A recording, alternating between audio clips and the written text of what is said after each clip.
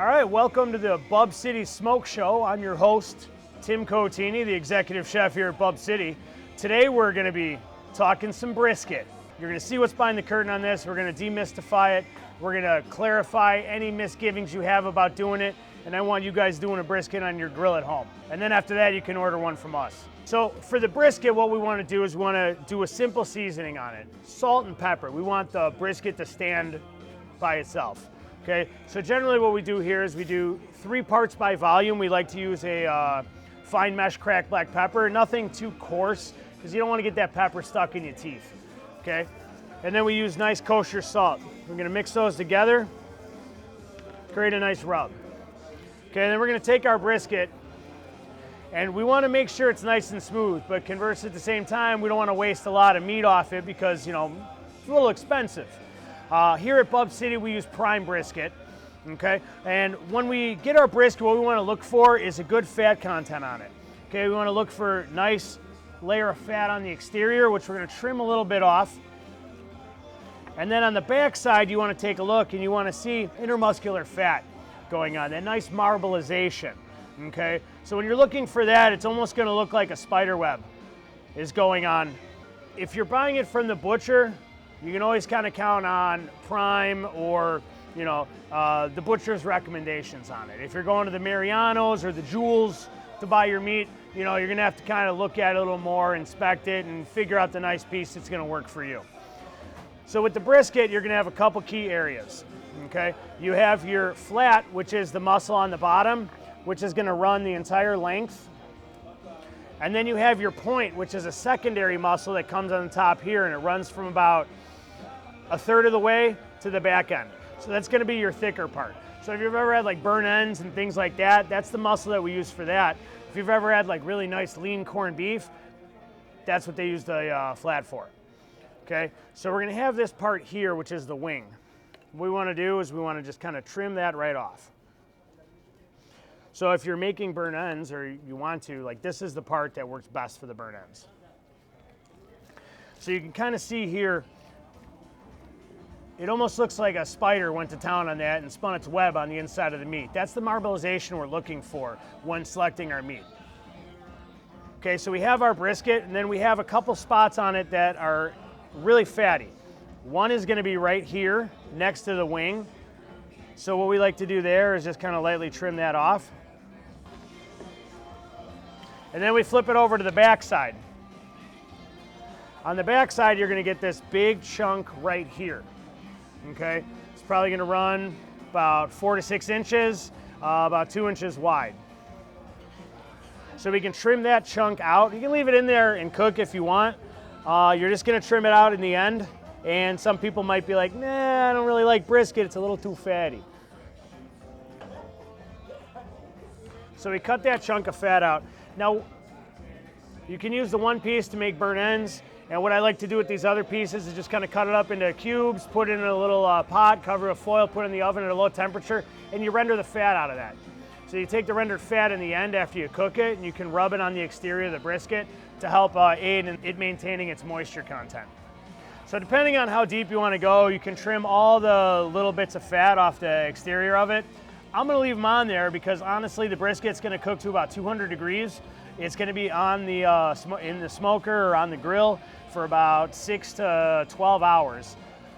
All right, and all that's going to render out, and it's just going to be crispy on the outside. Sometimes when you get your meat from the butcher, it's going to be a little dry on the outside. What you want is you want it a little tacky, so when you put the seasoning on it, it sticks well. If for some reason it's dry and you're putting the seasoning on and the seasoning just kind of falls right off and it's not sticking well, what you can do is you just take a little bit of water, or as I always like to use, a little apple juice, and you can rub that on the outside as well.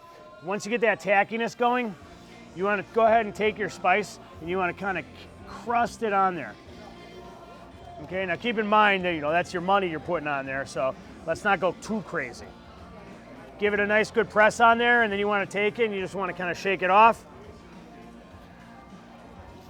So then you get that nice amount sticking to the outside of it.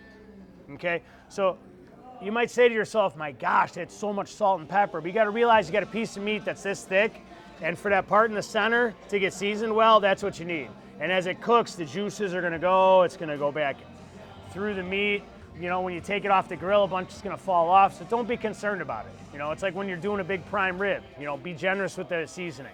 So we're gonna take that, we're gonna get it going in the smoker, and depending on what you have, it's gonna depend on whether you're gonna be doing it with the fat side up or the fat side down. Here at Bub City, we have a lovely Southern Pride carousel smoker, so we do it with the fat side down, so as it goes around, it's gonna self-baste the next piece of meat right behind it as it goes. Now, if you're doing it at home and say you have a Traeger where you have the heating element underneath, you have to realize that if you put the fat down, all the fat's gonna drip off and the top side's gonna get a little dry. So you wanna take it and you wanna cook it with the fat side up if you have your heating element on the bottom, okay? Because it's gonna self-baste as the fat renders off and goes down. You're gonna let it go till about, it reaches a little over 200 degrees, okay? You wanna start really watching it after it gets to about 195. You wanna be able to pick it up and you want that nice flex. You know, so when the meat's coming off the grill, you want that lovely flex to it. You want to be able to squeeze it and almost have the meat start breaking apart. That means you've reached a point where the muscle fibers have broken down and everything is nice and tender. If you don't go long enough, you're going to have meat-flavored bubble gum. So after you take your meat out of the smoker, you want to take it and you want to go ahead and let it rest. Because the problem is you take it out, it's at 200 degrees. You need to get it down to about 160, 170 degrees before you wrap it up. All right? So then you're gonna take it, you're gonna wrap it up after it gets down to about that proper temperature. Otherwise, it's gonna overcook while it's wrapped up. So you get it wrapped up in the paper and you've crutched the meat. You wrap it up and you hold it in the oven warm until you're ready to serve it, or you can leave it out if you're gonna be serving it within an hour or so. And now that we've wrapped our brisket and it has rested, you wanna give it a couple hours before you serve it. If you need to, let's go ahead and hold it in the oven on just lowest setting warm. Until you're ready to serve it. You take it out and then you unwrap the brisket, and then we're going to discard the paper unless you're only going to cut a little bit of it and rewrap it. But you can see how it has that nice flex to it now, even after it rested. It has a lot more flex to it. So you have two ends of the brisket. You have your fatty end, which is about 1/3 on the end, and then you have your lean, which is about 2/3 on the end. You have a little section in the middle, which we call the 50-50. That's the sweet spot. So you want to come and you want to cut your fat spot, your fatty part off, or the point muscle, and then we have our flat or our lean, okay? Now the brisket goes two different ways. As I was saying, we need to make sure that we always cut the meat against the grain. The lean, if you're ever confused, you can just give it a little squeeze and break the meat apart and you'll see where the grains go. So this one, the grains are running this way. So we need to cut at a 90-degree angle going there. It's not gonna be perfectly straight, it's going to be at a little bit of an angle. So you get your first cut, that goes to whoever's been helping you the most. Then you go ahead and trim down the rest of your brisket. Okay, you always want to look for the brisket to still have a little flex to it as it goes. So you can kind of take your piece and you hold it and it's not going to break and fall apart. If that's the case, then we've overcooked our brisket. So we have our lean going on that end, and then our fatty, we don't cut the same way. The fat, or the point muscle, runs the opposite direction because it's two muscles that sit on top of each other going different ways.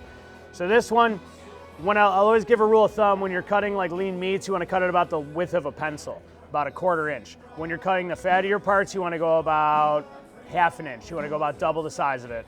The fatty won't hold up as well as the lean. It tends to break apart a lot more, so you need to give it a little more stability. And you can see on the meats how they're nice and juicy.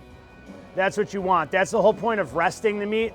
So when you take it out, that's why we wrap it up. That's why we let it sit, chill out for a little bit so the juices can go back into the meat. All right? At which point, when you cut it, all the moisture is retained. If you don't let it rest properly when you cut into the meats, it's just gonna leak all over the cutting board. You're gonna have a big puddle of the juiciness that should be in the meat you're eating. Instead, it's all over your board and your table.